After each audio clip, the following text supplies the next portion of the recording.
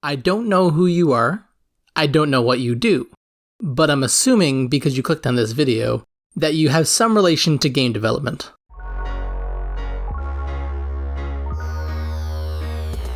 And if you do, maybe you have the same problem that I do.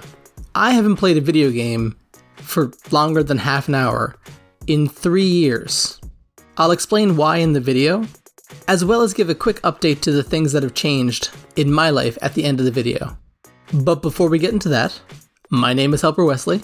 I make games and fortnightly videos. So, my problem. It's a pretty simple one, and I'm sure a lot of you can kind of understand where I'm coming from. Whenever I play a game, I get 5, 10, at best a half an hour into the game when I notice something. It doesn't have to be big. It can be as small as a problem with the UI, or something as big as mechanics. But without fail, every time I try to play a game, I drop it, and find myself prototyping. These prototypes never make it to being released, but they derail me long enough that I don't go back to the game I was playing. And thus, my problem. I think this is made worse because most of the games that I've made are all short, quick experiences that I can make in the span of a weekend. Not that there's anything wrong with that. Short games have their place. But I got into game development specifically to make my dream game, as I'm sure a lot of people do. But I think I lost sight of why I was making games to begin with. And it's to give a player some kind of feeling, whether it be the feeling of cleverness when you make a puzzle game, or the feeling of being powerful when you make a fighting game, or the feeling of being helpless when you make a horror game. The point is to make the player feel something. And I think because I haven't played games in such a long time, I'd lost sight of that. The past couple of weeks, I ran across a game called Wildermyth, and then I played that thing to death. I won't go into detail about what Wildermyth is, I'll just put a link down below. But basically, it's a game that does storytelling really well.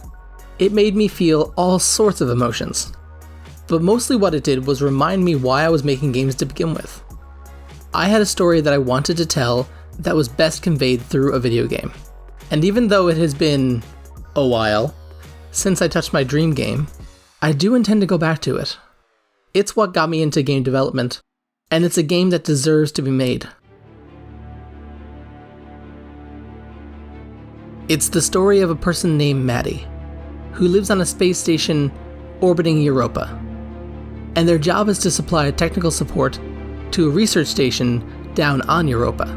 Their job would typically be boring, but then you don't tell stories about the boring parts. See? Good story. It needs to be turned into a game. But now, what's changed in my life, and the reason why this video is being made instead of a gaming video, is that I now work for the engine that I use to make video games. So, I'd be lying if I said that the transition was easy. There was a lot for me to catch up on and figure out.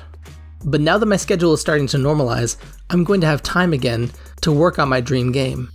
So expect the next Humpteen videos to be about this game. And if watching this game get developed sounds interesting to you, be sure to subscribe. Anyhow, sorry this was a bit of a weird video, but a huge thank you to my patrons.